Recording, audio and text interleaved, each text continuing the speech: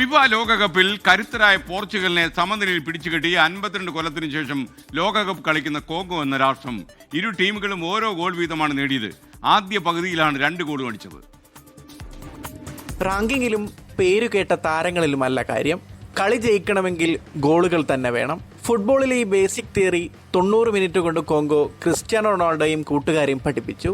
52 വർഷത്തെ ഇടവേളയ്ക്ക് ശേഷം ലോകവേദിയിൽ പന്തു തട്ടാനെത്തിയ കോങ്കോ നേടിയത് വിജയത്തോളം പോന്ന സമനിലയും വിലയേറിയ ഒരു പോയിന്റും. തുടക്കം മുതൽ കണ്ടത് ആക്രമിച്ച് കളിക്കുന്ന പോർച്ചുഗലിനെ. അതിന്റെ ഫലം 6-ാം മിനിറ്റിൽ തന്നെ കിട്ടി. ഇടതുവിങ്ങിൽ നിന്ന് പെഡ്രോ നെറ്റോ നൽകിയ ക്രോസ് ഉഗ്രനൊരു ഹെഡറിലൂടെ യാവോ നെവസ് കോങ്കോ വലയിലെത്തിച്ചു. ഗോൾ വീണതോടെ കോങ്കോ പ്രതിരോധം കടുപ്പിച്ചു. മധ്യഭാഗത്തെ മേധാവിത്വം ഗോളിലേക്ക് എത്തിക്കാൻ പോർച്ചുഗലിനായില്ല. ആദ്യ പകുതിയുടെ ഇഞ്ചുറി ടൈമിൽ കോങ്കോ കാത്തിരുന്ന നിമിഷം.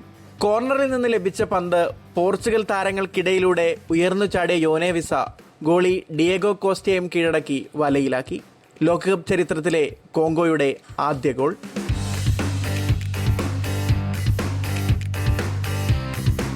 ലീഡ് ഉയർത്താൻ പോർച്ചുഗൽ കിണഞ്ഞു ശ്രമിച്ചെങ്കിലും കോങ്കോ പ്രതിരോധം ഇളകാതെ നിന്നു. 6-ാം ലോകകപ്പിനിറങ്ങിയ നായകൻ ക്രിസ്ത്യാനോ റൊണാൾഡോയുടെ മോശം പ്രകടനവും പറങ്കിപ്പടയ്ക്ക് തിരിച്ചടിയായി. മത്സരത്തിലാകെ താരത്തിന് പന്ത് തൊടാനായത് 25 തവണ മാത്രം.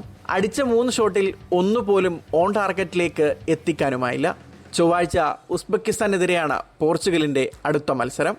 World cup desk 24.